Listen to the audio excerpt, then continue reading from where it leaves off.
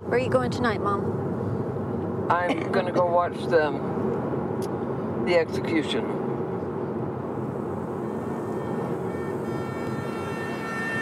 You know, I wouldn't be worried about her if it was lethal injection. I would be. Still? Because that's just nothing. That's just like going to sleep. Yeah, but you still know somebody's dying. There are 22 sets of syringes. Seeing what's weird about Jamie is she just barely had to put her dog to sleep.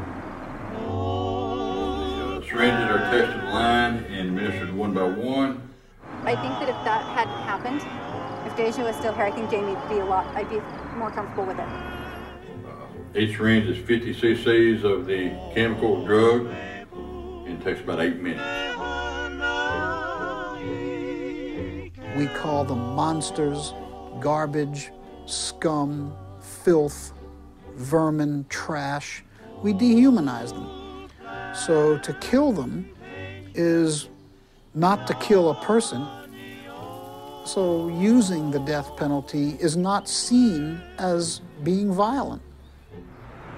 Recent changes to the law will very probably mean that this will be the last ever firing squad execution in the United States.